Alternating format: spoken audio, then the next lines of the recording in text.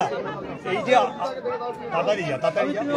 যে এই যে যাদবপুর নিয়ে যে কাণ্ড হচ্ছে তাতে একজন এও ধরা পড়েছে, একজনকে গ্রেপ্তার করেছে, কয়েকজনকে ছাত্রকে, কি বলবেন আপনি?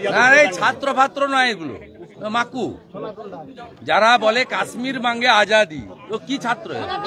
এর জন্য দায়ী মমতা ব্যানার্জি।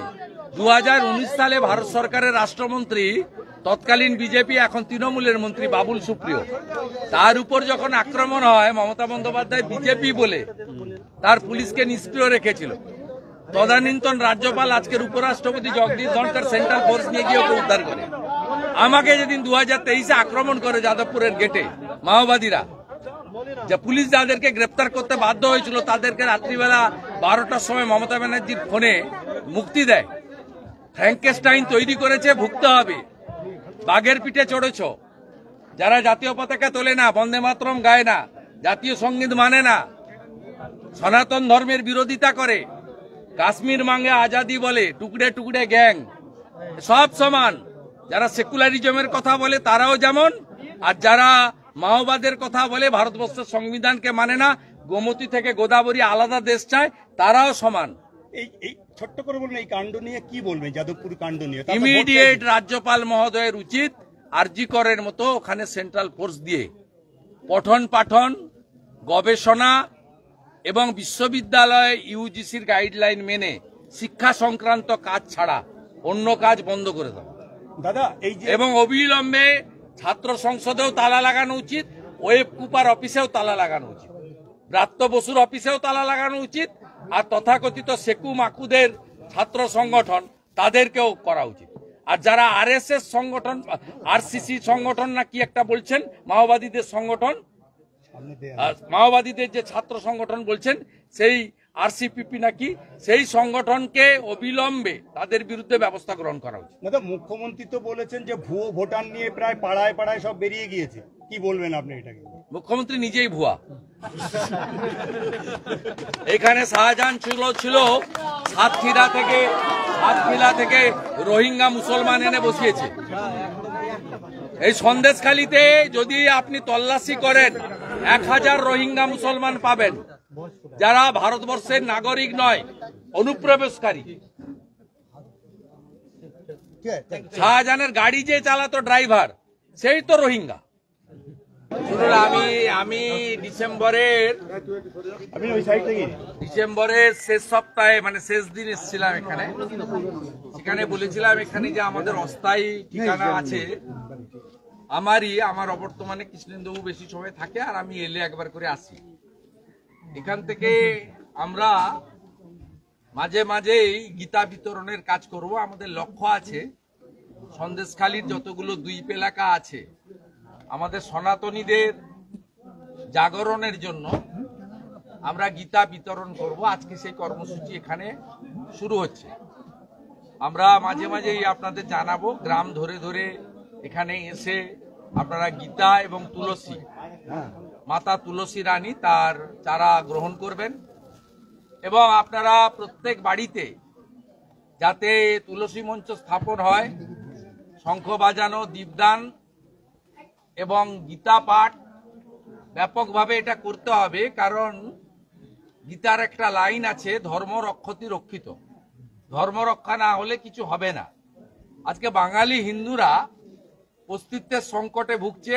আপনাদের এখান থেকে কিছুটা দূরে সাতক্ষীরা, বাংলাদেশে হিন্দু জনসংখ্যা 1947 সালে 33% থেকে আজকে 7% নেমে গেছে।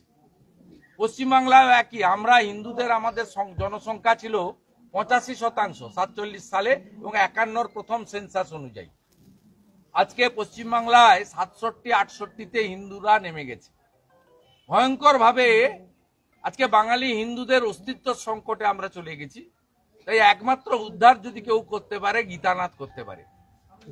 অতএব গীতার প্রচার প্রসার আমাদের সকলকে করতে হবে। সবাই ইসকন, গৌড়িয়া মঠ ইত্যাদির উপর, ভারত সেবাশ্রমের উপর নির্ভর থাকলে হবে না।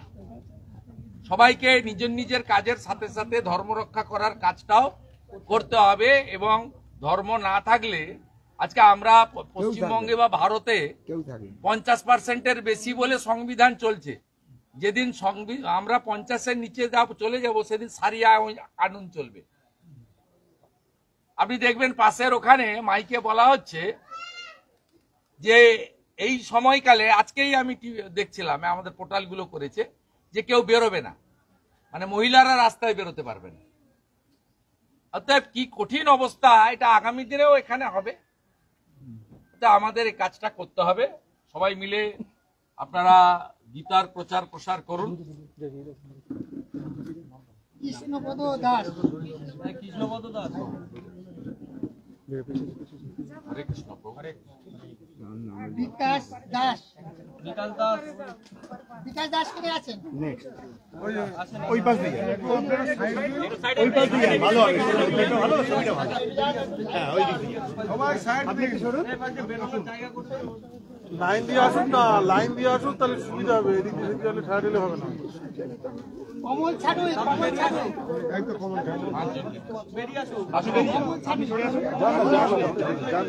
পরের জন্য আসুন। হ্যাঁ, আপনি সরে যান। আপনি নিচে বেরিয়ে যান, খাটে বেরিয়ে যান। সর্দার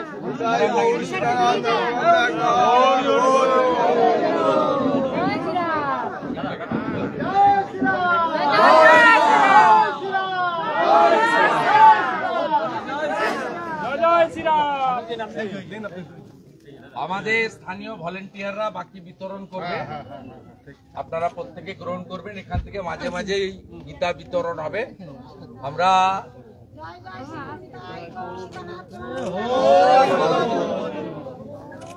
আমরা একটু 2 মিনিট কীর্তন করে শেষ করব, মানে আমি প্রস্থান করব, এখানে দেয়া চলবে।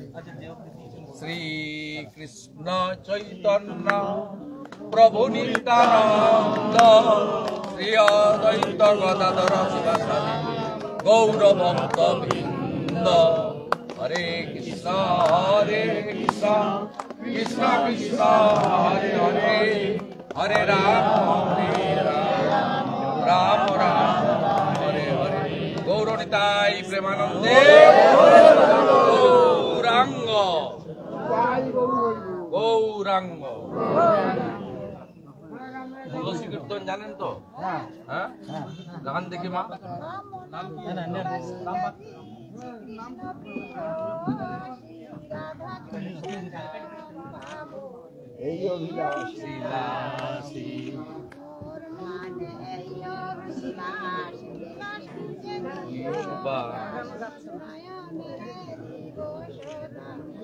তুলসী রানী কি, তুলসী রানী কি। দাদা, দাদা দুই একটা বলা যাবে?